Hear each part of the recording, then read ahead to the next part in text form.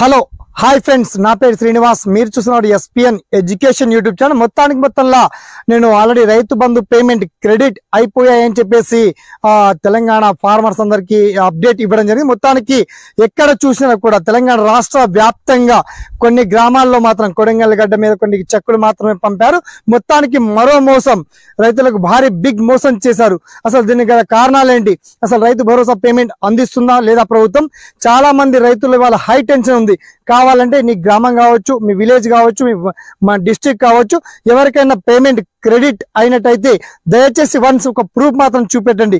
Credit కానట్టుగా వందలాది proof మీతో ఆధారాలతో సహా మీ ముందుకు వస్తున్నా ఈ ఎస్పీఎన్ ఎడ్యుకేషన్ యూట్యూబ్ ఛానల్. ఎందుకంటే చూస్తాం ఒక వ్యక్తిని ఒకసారి 2 సార్లు ఇలా ప్రభుత్వం మీద నమ్మకంతో చాలా వేలాది వీడియోలు ఇలా చాలా రకాలుగా అప్డేట్ ఇస్తున్నప్పటికీ ప్రభుత్వం మాత్రం ఎందుకు ఇలా రైతులతో చెలగాట మారుతుంది, మళ్ళీ ఫ్రాడ్ చాటింగ్ చేస్తున్నారని చెప్పేసి ఒక మాటలో డైరెక్ట్ గా చెప్పొచ్చు. ఆ డీటెయిల్స్ ఏంటో మనం షార్ట్ అండ్ క్లియర్ కట్ గా తెలుసుకుందాం. ఓకేనా? So let's start our topic.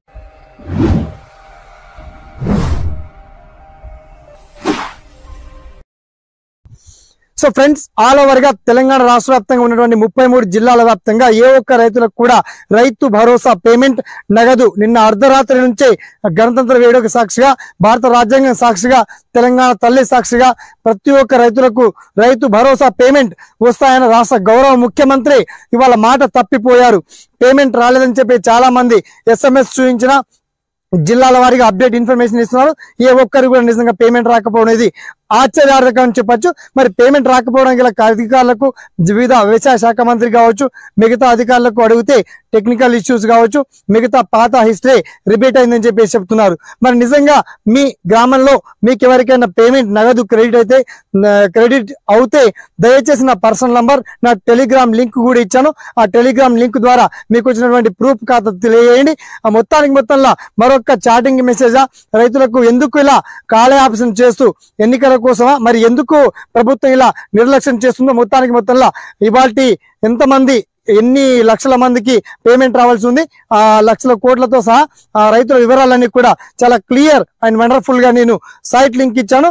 ఆ సైట్ లో ఇంకా అప్డేట్ చేస్తూనే ఉన్నాను. సైట్ లింక్ దయచేసి చూడండి బ్రదర్. మీకు కనుక వస్తే నేను టెలిగ్రామ్ లింక్ ఇచ్చాను. ఆ టెలిగ్రామ్ లింక్ ద్వారా మీకు వచ్చినటువంటి ప్రూఫ్ ఆ స్క్రీన్ షాట్ ని వన్స్ మెసేజ్ బాక్స్ లో వస్తుంది. ఆ మెసేజ్ బాక్స్ ద్వారా మీరు ఇన్ఫర్మేషన్ తెలియజేయండి. మొత్తంలో ఎక్కడ చూసినా టోల్ ఫ్రీ నంబర్ కూడా ప్రభుత్వం ఇచ్చింది. ఆ టోల్ ఫ్రీ నంబర్ కూడా రన్ కావడం లేదు. ఒక రాష్ట్ర ముఖ్యమంత్రి ఇంత లెవెల్లో ఫార్మర్స్ కి చీటింగ్ చేయడం అది మంచి పద్ధతి కాదు అని ప్రభుత్వానికి మరొకసారి విన్నవిస్తున్నా. ఆలస్యమైనా పర్వాలేదు, కనీసం రేపటి నుంచైనా యథావిధిగా డబ్బులను పంపిస్తే బాగుంటుంది. లేదంటే ఈ ప్రభుత్వం పైన ప్రజలకు వచ్చినటువంటి తీర్పు, ప్రజలకు వచ్చేటువంటి విమర్శలు ఏ పాటికి ఉంటుందో దీనికి సంబంధించి మిగతా డీటెయిల్స్ మరో వీడియో, ఒకవేళ రేపు కూడా రాని పక్షంలో మరొక వీడియోతో ఎస్పీఎన్ ఎడ్యుకేషన్ నిజంగా అంటే సీఎం క్యాంప్ ఆఫీస్ దగ్గర వెళ్ళి కూడా లైవ్ మాట్లాడే సత్తా నాకు ఉంది. ఆ డీటెయిల్స్ అన్ని కూడా వివరిస్తాను. ఓకేనా? సదామి సేవలో ఈ ఎస్పీఎన్ ఎడ్యుకేషన్ యూట్యూబ్ ఛానల్. నేను మాట్లాడిన మాటల్లో కావచ్చు, ఈ రైతు భరోసా పేమెంట్ విషయంలో కావచ్చు, మీకు ఎటువంటి డౌట్స్ వచ్చినా, సలహాలు వచ్చినా, సందేహాలు వచ్చినా తప్పకుండా గుర్తు చేయండి. నా పర్సనల్ నంబర్ కూడా లింక్ రూపంలో ఇవ్వడం జరిగింది. అండ్ ఈ స్కీమ్ డీటెయిల్స్ అన్ని కూడా ఇచ్చాను.